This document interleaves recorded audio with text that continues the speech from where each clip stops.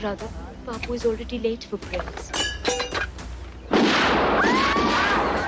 నమస్తే, welcome to యుద్ధం YouTube channel. ప్రజాపక్షాన్ని మా పోరాటం. నాథూరామ్ గాడ్సే, మహాత్మా గాంధీని చంపిన వ్యక్తి ఇతను. ఈరోజు మహాత్మా గాంధీ జయంతి అయినప్పటికీ సోషల్ మీడియాలో నాథూరామ్ గాడ్సే వీడియోలు, నాథూరామ్ గాడ్సే పేరు వైరల్ అవుతూ ఉన్నది. అసలు ఎవరి నాథూరామ్ గాడ్సే? చదువుని మధ్యలోనే వదిలేసి స్వాతంత్రోద్యమంలో పాల్గొన్న నాథూరామ్ గాడ్సే మొదటగా మహాత్మా గాంధీని అభిమానించి మహాత్మా గాంధీ అడుగుజాడల్లో నడిచినటువంటి మా నాథూరామ్ గాడ్సే ఆయన్ని ఎందుకు చంపాల్సి వచ్చింది? అండ్ మహాత్మా గాంధీ తీసుకున్న నిర్ణయాలను నాథూరామ్ గాడ్సే వ్యతిరేకించారు? ఈ యొక్క పూర్తి వివరాలని ఈ వీడియోలో తెలుసుకునే ప్రయత్నం చేద్దాం. Let's watch. Brother, Papu is already late for prayers. Nathuram Godse ప్రస్తుతం సోషల్ మీడియాలో వైరల్ అవుతున్న పేరు ఇది. నాథూరామ్ గాడ్సే పూణేలోని ఓ బ్రాహ్మణ కుటుంబంలో జన్మించాడు. ఇతనికి చిన్నప్పటి నుంచి అమితమైన దేశభక్తి ఉండేది. చదువుని మధ్యలోనే ఆపేసి స్వతంత్రోద్యమంలో చేరిపోయాడు. మొదటగా సోదరులతో కలిసి ఆర్ఎస్ఎస్లో చేరాడు. గాడ్సే సొంతంగా హిందూ రాష్ట్ర అనే పేరుతో న్యూస్ పేపర్ని కూడా నడిపాడు. అనంతరం హిందూ రాష్ట్ర దళ్ అనే పేరుతో సొంత ఆర్గనైజేషన్ ఏర్పాటు చేశారు. దేశ స్వాతంత్రం కోసం పోరాడమే దాని మెయిన్ ఎజెండాగా పెట్టుకున్నారు. గాంధీ అంటే గాడ్సేకి అమితమైన ఇష్టం. గాంధీ చేపట్టిన శాసన ఉల్లంఘన ఉద్యమంలో గాడ్సే ఉత్సాహంగా పనిచేశారు. రాను రాను గాడ్సేకి గాంధీపై అభిప్రాయం మారుతూ వచ్చింది. గాంధీ అహింసా విధానం దేశ ప్రజల్ని బలహీనులుగా మారుస్తుందని గాడ్సే అభిప్రాయపడ్డాడు. ఇదే కారణంతో సుభాష్ చంద్రబోస్ కూడా కాంగ్రెస్ గాంధీని వదిలి ఆజాద్ హింద్ ఫౌజ్ని ప్రారంభించిన విషయం తెలిసింది.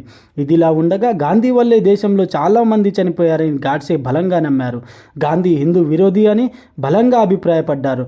దేశ విభజన సమయంలో లక్షలాది మంది హిందువుల చావుకు మహాత్మా గాంధీ కారణమని గాడ్సే నమ్మాడు. ఇలా అభిప్రాయపడడానికి కారణాలేంటో ఒక్కొక్కటిగా తెలుసుకుందాం. మొదటిది, 1919 ఏప్రిల్ 13న రౌలత్ చట్టానికి వ్యతిరేకంగా జలియన్వాలా బాగ్ ఉదంతం అందరికీ తెలిసిందే. ఈ ఘటనలో వేలాది మంది భారతీయులను బ్రిటిషర్స్ క్రూరంగా కాల్చి చంపారు. దీనికి కారణమైన జనరల్ డయ్యర్కి మరణశిక్ష విధించాలని ప్రజలు డిమాండ్ని లేవనెత్తారు. కానీ ఈ ఘటనపై గాంధీ మౌనంగా ఉన్నారు. ఇది గాడ్సేకి నచ్చలేదు. రెండవది, 1921లో కేరళలోని మెప్లాలో 10,000 కంటే ఎక్కువ మంది హిందువులను అన్య మతస్థులు కిరాతకంగా చంపేశారు. ఈ ఘటనపై కూడా గాంధీ మౌనంగా ఉండిపోయారు. ఇది గాడ్సేకి నచ్చలేదు. మూడవది, అత్యంత మెజార్టీతో సుభాష్ చంద్రబోస్ నేషనల్ కాంగ్రెస్ ప్రెసిడెంట్గా ఎన్నికయ్యారు. సుభాష్ చంద్రబోస్ నేషనల్ కాంగ్రెస్ ప్రెసిడెంట్గా ఎన్నిక కావడం మహాత్మా గాంధీకి నచ్చలేదు. సుభాష్ చంద్రబోస్ని రిజైన్ చేయమని గాంధీ బలవంతం పెట్టారు. నాలుగవ కారణం, దేశ విభజన సమయంలో జమ్మూ కాశ్మీర్ని హిందూ రాజు హరిసింగ్ పాలించేవాడు. జమ్మూలో ముస్లింలు అధికంగా ఉన్నారని, ఇక్కడ హిందూ రాజు ఉండడం సరికాదని మహాత్మా గాంధీ అభిప్రాయపడ్డారు. అదే సమయంలో హైదరాబాద్లో అత్యధికంగా హిందువులు ఉన్నప్పటికీ మీర్ ఉస్మాన్ అలీ ఖాన్ పాలించేవాడు. దీనిపై గాంధీ స్పందించలేదు. వారి ఢిల్లీలోని ఓ ఆలయంలో మహాత్మా గాంధీ పూజలు చేశారు. అక్కడే నమాజ్ కూడా చదివారు. ఇది హిందువుల మనోభావాలను దెబ్బతీ అక్కడున్న పూజారితో సైతం హిందూ జనాభా మొత్తం దీన్ని తీవ్రంగా వ్యతిరేకించింది. విషయం అందరికీ సుపరిచితమే. దేశ స్వాతంత్రానంతరం మొదటి ప్రధాని ఎవరు కావాలని ఎన్నిక జరిగింది. 15 మందిలో 12 మంది సర్దార్ వల్లభాయ్ పటేల్కి ఓటు వేశారు. కానీ నిబంధనలకు విరుద్ధంగా గాంధీ తనకు ఇష్టమైన నెహ్రూని ప్రధాని చేశాడు. అది 1947 జూన్ 14. దేశ విభజన అంశం మరోసారి తెరపైకి వచ్చింది. దీన్ని తప్పించే అవకాశం ఉండేది. గాంధీ మాత్రం దీనికి సపోర్టు చేసి దేశాన్ని 2 ముక్కలు చేశారు.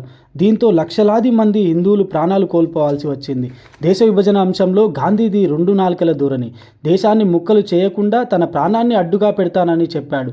కానీ లోపల మాత్రం 2 ముక్కల అంశాన్ని గాంధీ సమర్థించారు. దేశ విభజన అనంతరం పాకిస్తాన్కి 55 కోట్లు ఇవ్వాలని ఒప్పందం జరిగింది.